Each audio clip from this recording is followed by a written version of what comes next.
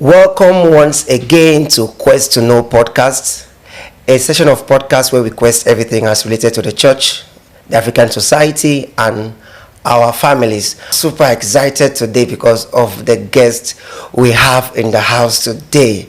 All right, I would like them from my left introduce themselves personally. This is left, right? Okay, so my name is Ubong Soro. I'm the lead preacher at the Gospel Center, the church at Ikonbonde, and I'm excited to be here. Thank you very much for having me. Welcome, sir. All right, my name is Stanley Oji. I'm a pastor with God's House of Refuge here in number 80 Correbido Street, Akwa Ibom State here. Thank you, sir. Good to have you here, sir. Hello, amazing viewers. Once again, it's your favorite co-host, Tekeminekwe. Thank you very much. I'm super excited because I have men of team and caliber that will do justice to today's topic. And guess what today's topic is? The impact of the church in Africa. The impact of the church in Africa. Over time, I read a history written by someone from the middle belt of Africa, and this person gave us a history of how before the missionaries came to Africa, how they practice cannibalism, the act where they eat human beings, and in fact they said that they had to eat their hearts to have the same mind they had, and eat their eyes to have the same sight they had. So until the missionaries came, and it's recorded that the missionaries came, the Christian church came first to Africa in Egypt 50 AD, and it came and of course came to the western part of Africa where it landed Guinea, Ghana, and then Nigeria. So Pastor Stanley, please, sir, I want to bring this question to you. Have we derailed from the original essence of Christians as brought by the Westerners? Have we lost the originality? Have we adulterated this Christianity? I wouldn't say we have, but the church has evolved over time. Okay. Even from the Europe where the gospel was brought down here. Okay. I'm not sure they are doing exactly what they were doing when the missionaries came here. Okay. The church has evolved. Currently, we're in the church of cyber or hybrid. A church that is surrounded by all manner of innovations. But the church has spread, but the depth has not been same. We're having a church that is wide but not deep. We're having a church that back then people had character, people had depth in the faith. If you are born again, you are born again. You are wrestling against the African society. It's either you stay with Christ or your life goes in for it. And so somebody leaves his family and is born again, and there's a big threat over his life. So he has to hold on to the faith very well. There were no compromises. But here, everybody is a Christian, as it were. So the line is very thin. The line is thin. So people are not even paying the prices. Somebody is a believer today, is not a believer tomorrow. We are selecting churches, So the church is spreading by I say wide, but the depth is not as it's supposed to be. That may be the variation here. But generally speaking, the church has evolved over time. We don't expect that it will still be the same African church that the missionaries came and some were wearing short and long socks and all that. No. We have also evolved as they have evolved. All right. Sir Ubong, so before I come to you, still on this same as the church evolved, I know that there's the Archdiocese of Carthage. In those days, there was the only one preacher in the whole of Africa. Wherever you are gathering church in Africa, it's only one preacher that will come. So I come back to you. Do you think the church has derailed from its originality? I think the purpose of God for the church was not to have one preacher per place, know. In fact, the more you grow in maturity as a Christian, you get to become a teacher. But you must go through the process of discipleship. But when you are done, the maturity of a Christian is that you will teach, because Jesus said, go into the world and make disciples. There was no specific number of persons. It wasn't only for pastors. So some persons think, pastors are supposed to make disciples. No, discipleship is something we are supposed to do everywhere. So if you're in the workplace, if you're in the business society, you're supposed to, disciple people for Christ. It's a study to show yourself approved unto God, a workman that needs not to be ashamed, rightly dividing the word of truth. Those are standards for Christianity. So I don't think we've done bad. I think we've evolved, like the man of God here said. Of course, more persons have studied. We now have better schools. We have schools of mission, schools of theology. All of these we will have, not just the church. There was a time we had just one medical doctor in the whole of Africa, in the whole of Nigeria. We had just one woman that had a car. But, you know, over time, so many persons now have cars. And it does not make news again if a woman buys a car. But we still remember the first woman that had a car, Fumilayo, Ransom Kuti, and all of that. So the same thing with the church. So now we have more hands, but the problem is that the hands we have now are the impact they have, is it as impactful within the short period of time, you know, compared to our fathers before now. We talk about people like Samuel Ajay Crowther, we talk about people like Bishop Goldie, we talk about people like Bishop Bowen. These were guys that didn't really spend much time, but they had serious impact. So away from the evolution of the church, away from the, will I say, the mechanization of the Christian faith, where we have all of this lighting and, you know, we want to do things to please people. We no longer. Yeah, I remember I saw pictures of my dad when he started mission.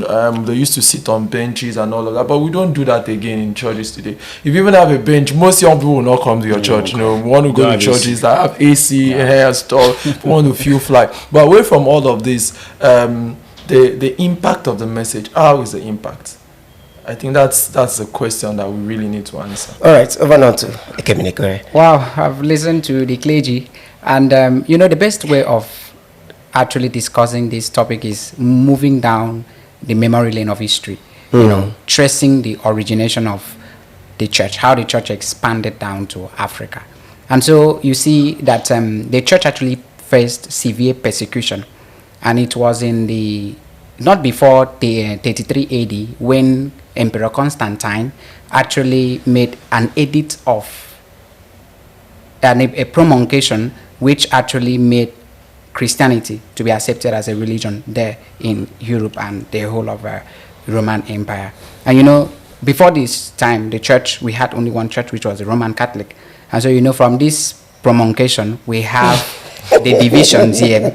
You see, Constantine actually moved to the headquarters of Byzantium, that is in the east, where he had the Western Roman Catholic Church as the headquarters, and the west in the Latin. But now the problem here is, we've over time we've had the church expanded to its large number, and we can trace this origin to in 16th century, particularly 1517, when a German monk called Martin Luther King actually opposed the papal seat, opposed the Pope, claiming that salvation comes from an individual. So anything that has to do with having God and believing in God, you don't need an intermediary like the priest or the sacrament to dwell. So now, sir, you see, record has it that in Africa, we have a total number of 39,112 churches existing in Africa from the statistics rendered by Smart Scrappers. So now, how did the church plant its feet in Africa? How did the church extend down to Africa? So, Mr. Yubi, I would love you to start. Okay, so I was shaking my head, you know. Quite a lecture there. Yeah. You know, when you talked about the Roman Catholic Church being the first church, as someone who's done, I have a degree in biblical studies, so somebody who's done quite a bit of church history, I could disagree with you academically, but let me not go there. That's not why we are here. The expansion of the church came to Africa in about 40 AD. As at that time, you know, the church spread after the killing of Stephen. Believers moved to various places, and when it came to Africa, specifically to Egypt, if you understand geography a bit, you understand that Egypt sometimes.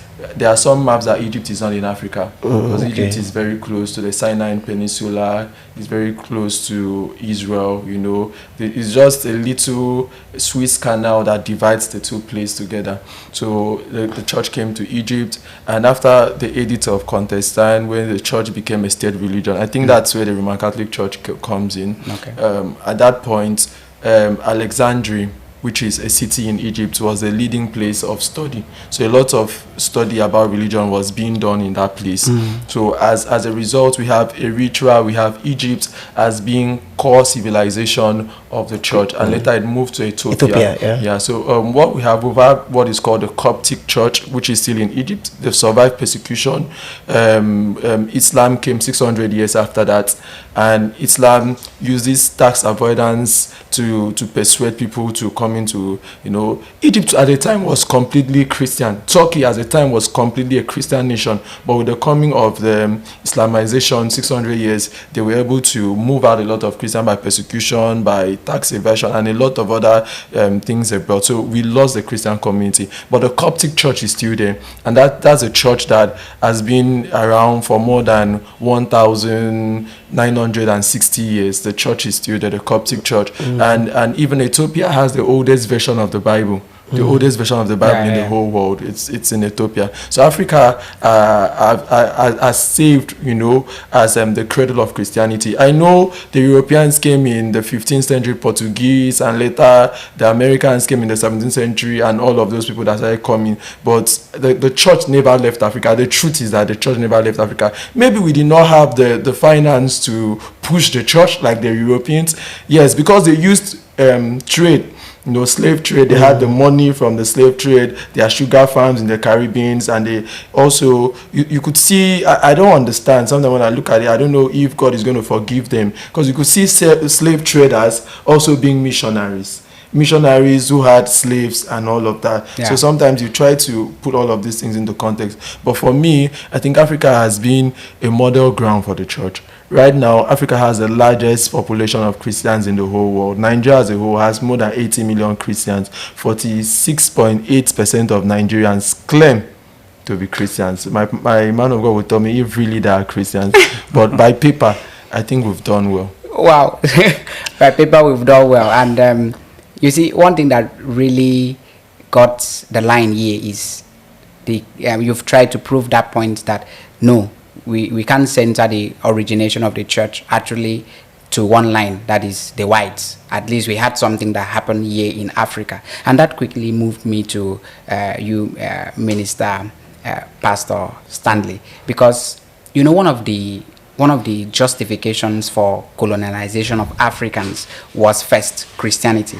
We have two worldviews concerning colonialism in Africa. Now, the first one is the Afrocentric worldview and the Eurocentric. Now, for the whites believed that the African continent was empty. The African continent had nothing, no content, that it was a dark and evil omen. So it was the only progression, the only hope for a common African was in the hands of the white man. So the white men had that responsibility of liberating Africa from the shackles of darkness and bringing them to the limelight of development. And so now we had situations where even in the church today, the Africans also disagree, because to some extent the church has tried to improve Africans, if we are telling from that line. And from the opposite line, we see that checking from the whites and the blacks, we see that African Christians are, majority of them are actually poor and impoverished. While some of the churches here today, we still have pastors that are living luxurious life when the poor members are still living impoverished life. So you, Miss Pastor Stanley, what can you say about this situation where pastors here are living luxurious life over or at the expense of the members? Okay, thank you very much. I've really been educated by the histories I've been earlier. If I knew to toe down, perhaps I would have freshened up a little bit. So I had to also come up speed. Okay. To say, but quite an education there. Thank you very much. But let's even come a bit closer to the recent. My friend says why our church is impoverished and the men of God are flying jets. The church is peopled by people from the society. What you see is not a church problem, it's an African problem. Okay. Even in the political space, you find out that the rich gets richer and the poor gets poorer. And so these people are first from their community and then they become church members. So you can't detach the church entirely from the larger African culture, African as we see today. So you can't blame that on the church. It's just that the church is supposed to be the ecclesia, the call that, and that it should occasion the change. But we have not risen to that responsibility, as it were. Some are doing little things here and there. There is a huge need for the church to stand up and stem the tide and just say, no, it ought not to be so. Jesus died for all. Let's have some level of equality. My worry with impact, remembering that the topic says the impact of the church. My worry with impact is whereas we are spreading, my friend says 46% are Nigerians, Africa has the largest church and all that, but we are lacking people who dare to change society with the gospel. Mother Teresa, Mary Celeste were women who used the instrument of the gospel to cause positive change in society. I mean, standing up against the killing of twins then was not a mean feat. It was a big fight, but somebody stood and said, no way, fought against the African hierarchy, against the tradition and all that, and got that. We're not having people who could. Martin Luther King also rode on the platform of the church to challenge the society at that time. And even the later King Jr., Martin Luther King Jr. in the US, also was a strong preacher of some sort, was a churchman who. So you find people who use the church to question the happenings in society and cause big change. We are not really having that now. We're not daring. So if we are, we'll probably have people who will speak truth to power and begin to cause some big change, question the Nigerian and African political leadership. But I think we're a bit too compromised. We're a bit too compromised. That's where my worry is. We're doing great stuff, big crusades. As a matter of fact, Nigeria is where the church is headquartered now. The biggest crusades, the biggest musical programs, the biggest preachers, the biggest auditorium. Anything. So by spread, we're doing fantastically. But I'm talking about using the church as a tool for societal change. We may be lacking in that area. That's my worry. Okay. So now we've actually seen that what is more important here is not really about planting the seed. It's about the germination. What will be the process of bringing out the seed to a very commendable level? So now, Mr. Yubi, you see, still in Nigeria, from statistics in 2019, we discovered that we have statistics from the Nigerian church records. We have a total number of 16,300 churches in Nigeria with a total member of 3.4 million, rising as at 2019. But with this escalation, with the expansion of the church, how has the church really changed the life of a common African man? I think for you to have a good contextualization of that problem, you are going to place the past, the present, and maybe we'll look a bit into the future.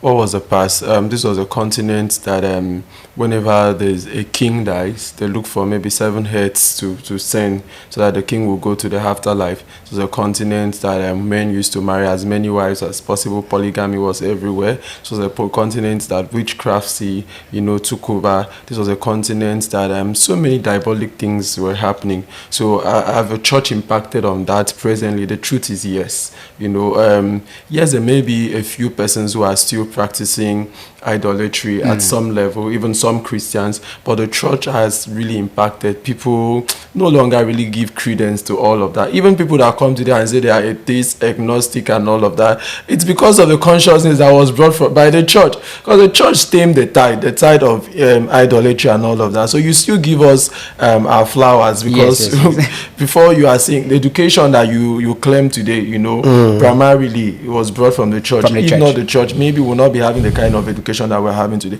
So we've done a lot to impact the society. So it is not true, as some claim, that generally the church has just been a bystander in the evolution of the African society. We've been involved. But what we are questioning now is the process of involvement. Yes, we could have done better. So now we are at the crossroad and we are looking into the future.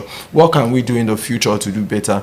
I think we need to raise men that are able to stand for what Christianity teaches, no matter whose ox is God. That's the kind of men we need. Like the man of God said, daring men. We lack that in this generation. So what we have, I like to call them Christians that are like to take milk. You know, Christians, they don't want to face anything challenging. They can decide to be Christians on Sunday. So we need people that will be able to stand in the workplace and say, no, I'm not a part of this bribe because I'm a Christian. And let people know, you know, except unless we get to that point, we'll not be able to force any political change. And also, we need the church to be involved in politics. I said this the other day that in the US, there's something called Christian conservation funds, where churches put some percentage of their income behind at the end of the year to sponsor candidates. So let's look at it. My pastor here, maybe you know one or two persons in the congregation that you're pastoring that can stand for the truth. The truth is that we still have Christians that are disciplined, but they don't have sometimes they are not found in the corridors of power. So we need to come back, and so that we could say, okay, you are a good man. The church is sponsoring you to become a counselor. At that point, because we were involved in the process, we could now hold him to account. Yes. But when you are not involved, maybe you have a child, you never sent your child to school, and one day maybe your child is a father, you are calling the child, are you in lecture? The child is like, for what? I don't understand. So when you are not involved in somebody's life, you cannot get good expectation. Whatever is done out of goodwill. So the church must get involved. Wow. You know, but you know, man of God, sometimes aspirants are three from one congregation. You now have a secondary problem. who are you supporting? Party primaries within a church of who to divide the church.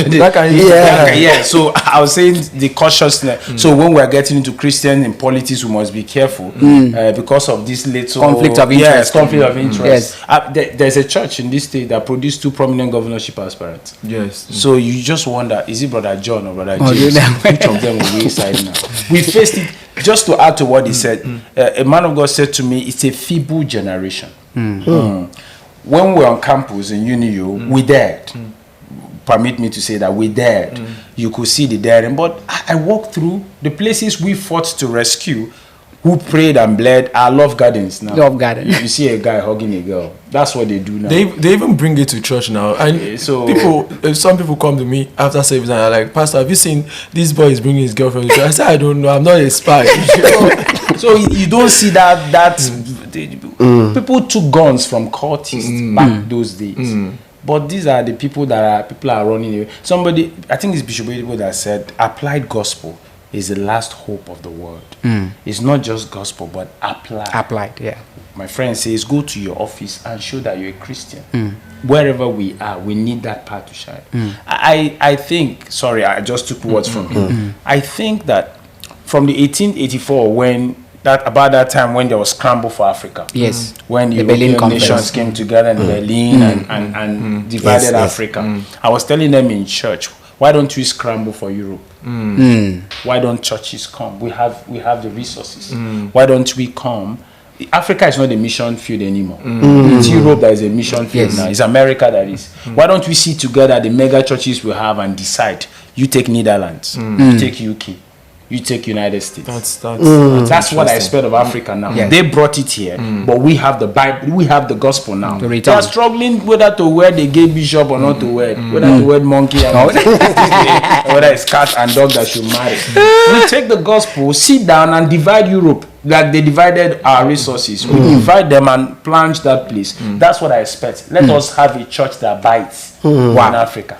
You know, what you just said now actually took me down memory lane to remember that first, whatsoever you had today, you are a direct product of your society, your immediate environment. And you know, bringing in the church here in the African context, you see that the church, what the church practices is actually opposite of the African culture, in the sense that it originates from the whites. They now come in, yes, there are certain practices in Africa that are not in tandem with what the doctrine of the church speaks. Okay, currently now, there are certain practices that we cannot move into the church. For example, the way we dress. I've never seen a typical African man then, appear in a rapper, wrapped rapper with singlets. But I've never seen that in the church arena, where pastors on a Sunday like this polish the normal slippers, go on with singlets and wrapper down to preach. And I've been wondering, does it mean that it is a place in the Bible that actually,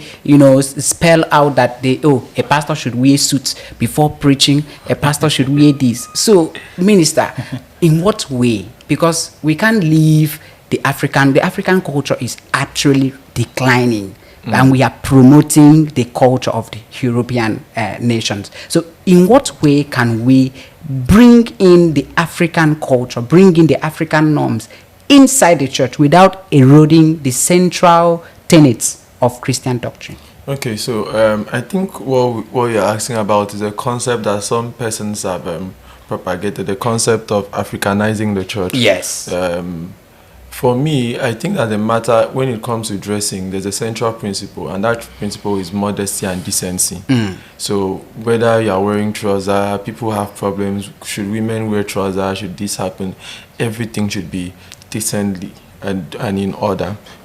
So Christianity operates on principles and not as the Old Testament, or thou shalt not do it. Like principles, Jesus said, you heard it was said, don't kill your brother. But I say, whoever says raka, that's a foolish man, you're in danger of hell. You heard it says, don't commit fornication, adultery. But whoever thinks in his heart. So Christianity is looking at the point of, that point of germination of that thought. That's where Christianity is focused. So for me, I think whatever makes you feel comfortable, there's no clothes that we could really say this belongs to this. Whatever makes you feel comfortable. It is not wrong for a preacher to put on maybe a native wear to church. Yes. But if you are wearing singlets, does it signify priesthood? Does it signify royalty? Christians are not just children. We are royals, and we must behave that way. We are priests. We must act that way. You look at the concept of priesthood. How do priests appear? You look at, if you go to Leviticus and check, you look at they had their garment for beauty, for glory. Yeah, for beauty. When you come out, people understand that you carry something precious. The way you dress, whether you like it or not, you send a message. If you are serious about what you are doing, or if you are joking, we are not in some form of drama, So we are worshiping the King of Kings and Lord of Lords. So, but that does not mean that somebody comes into the church and we tell you, no, go out, look at, we may not need to do that. But the moment you understand who God is, it will reflect in your dressing. That's just the truth. Okay. So, Pastor Stanley, what can you say about the concept of Africanizing the church? Okay, so I was going to ask, I don't know how many Scottish preachers that wear skirts to the pulpit. I don't know how many. When Jesus walked the earth, the average Israeli wore gown. I don't know how many preachers in Israel today wear gown as rabbi. That's to say the world has evolved. This is not an African thing. The world has since evolved. The Native Americans don't wear what they are wearing now. I don't know how many cowboy preachers you find on the pulpit. You see, so it's not of Africa. In any case, we're even having a little bit of what you call Africanizing, because if you look at us now, we're all Africans. Yes, there are preachers who wear what we wear. We may not tie rapper. So it's not even rapper that is African, because your rapper may not be somebody, now. Yes. So another culture in Africa may disagree with the rapper. So these things are unifying. The suit unifies a corporate life. Is beyond the white man's thing. It's just that we can rally around it because of the ease it brings to the people. How many times do you want to go tie rapper? What if the preacher is running around the tie up the rapper falls struggling? It will cause a national embarrassment on TV. So what they offered us as they brought the gospel was accepted. And so Africanizing the church will be too risky, because you have fragmented Africa. Which of the African society are you bringing on board? I've seen churches fall down flat where I was born in Port Harcourt. How? Brethren started having community groups inside the church. But I don't want to mention names, but it's a large Orthodox church. They had Igbo brethren. They had Akwa Ibom community. They had Rivers community. The same church. In The same church. Before you Have know it, stuff like on that. an average Sunday, they are having... Immediately after service, you Yes. see all the Akwa Ibom people will meet one place. Ministry of Social They Happiness. scatter church. Kind. So if you say bring in Africa, Nigeria will have how many 250 ethnic groups. In Rivers alone, that's a catastrophe. So which one are we going to embrace? If we are even trying to survive politically. With the Nigerian and Africa, is it Hausa, is it Igbo, Yoruba? Yoruba. So it's safer to allow the church be that way. The church. We rally around what we can accept, the suits and these ones, and then the better ways to Africanize, so to say, will be the language. Yeah. And that's what we've done. The Bible is translated in major African languages. That's the major thing, that you can take their dialect, their language, and take the gospel to them. And even some preaching is done in local even dialects. some churches have local and all that. Even So- interpreters too. Yes, so that's where we can say let's bring in the African. We can. But outside of that, we may cause a big problem for us. Wow, thank you, Pastor. Thank you, Minister. I've been so blessed and informed this very moment. All right, viewers, I don't know what's your take about the impact of the church in Africa. Please go to the comment section and drop what's your take. All right, to round off this session, I'll come with this question. Seeing that Nigeria, Pastor Stanley once said in one of the meetings, he said that the church in Nigeria is the kitchen that Christianity is cooked to serve the whole world, because this is where it's happening. Yeah. In the likes of The Experience, hosted by Pastor Paul Defarasin, the likes of Moses Bliss, that can go to UK and host a big crusade. The last one we had with Apostle Joshua Selman and Nathaniel Bassey, the shutdown. So, Sam, this is my question coming to you. What do you think the Nigerian church should do to help the Africa? Because I know that we have a lot of resource persons in this country. Yeah. What are the things we can do to help the African continent and even to the outermost parts of the earth, as you've said?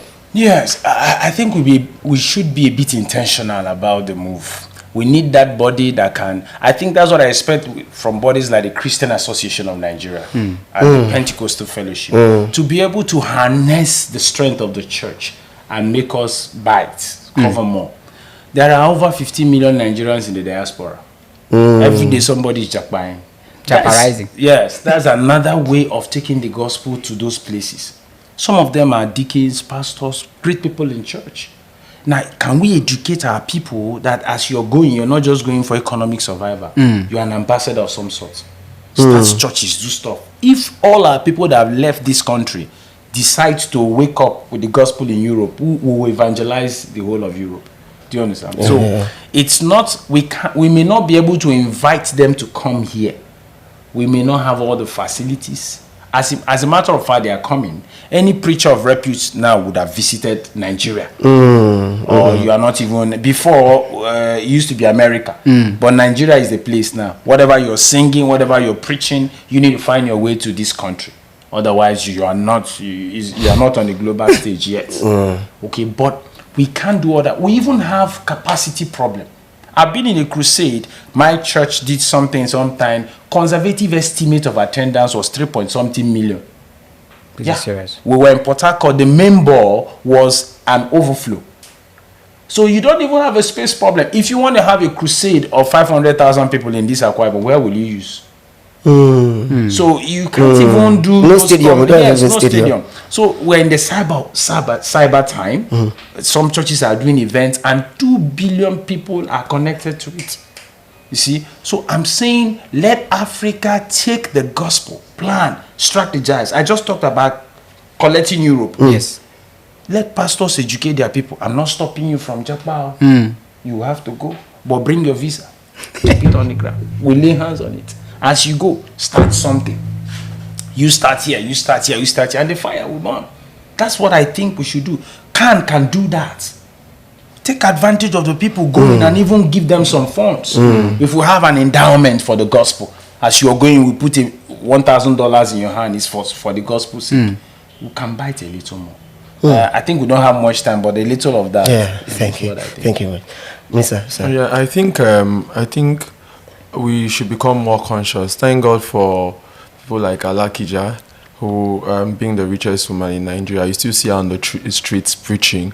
I want to thank God for so many of the great men in Nigeria that they don't miss their witnessing. They still go on the streets preaching. So we need that capacity. We need to be the salt of the earth. Jesus said, "We are the salt of the earth," and we must impact the society. We must be known. There's no time again to be silent voices. Say, Christians, we are silent voices. No, we must be the voices that are heard. People must come to us for our opinion. The Christian community must come together. We have the numbers we have can actually do a lot of things. People need numbers for marketing. We must start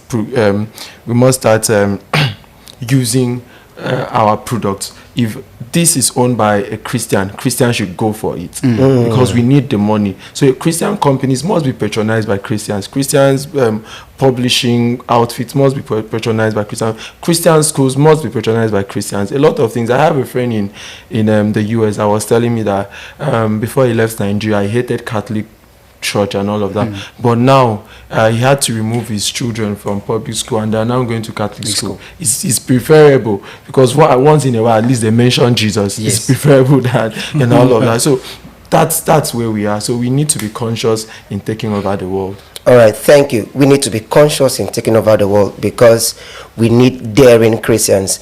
All right, thank you, viewers. There will be a part 2 of this very topic because there are many questions and my guest wants to pour out. Of course, there will be a second episode of this very segment. Thank you very much and see you on a later episode. Bye for now.